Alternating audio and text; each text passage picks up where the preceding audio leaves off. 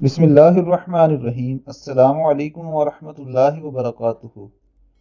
رسول اکرم صلی اللہ علیہ وآلہ وسلم کا ارشاد ہے، جو آدمی صبح کو فجر کی نماز کے بعد 3 مرتبہ اعوذ باللہ السمیع العلیم من الشیطان الرجیم پڑھ کر سورہ حشر کی آخری 3 آیات ایک مرتبہ پڑھ لے تو اللہ تعالی 70,000 فرشتے مقرر فرما دیتے ہیں، جو شام تک اس کے لیے رحمت کی دعا کرتے رہتے ہیں۔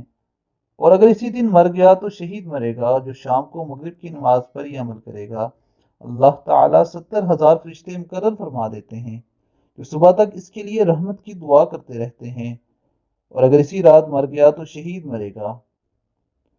سورہ حشر کی آخری 3 آیات یہ ہیں: هو اللہ الذی لا الہ الا هو عالم الغیب والشہادۃ هو الرحمن الرحیم هو اللہ الذی لا الہ الا هو الملک القدوس السلام المؤمن المہیمن العزیز الجبار المتکبر سبحان اللہ عما یشرکون هو اللہ الخالق البارئ المصور له الاسماء الحسنى یسبح له ما فی السماوات والارض وهو العزیز الحکیم۔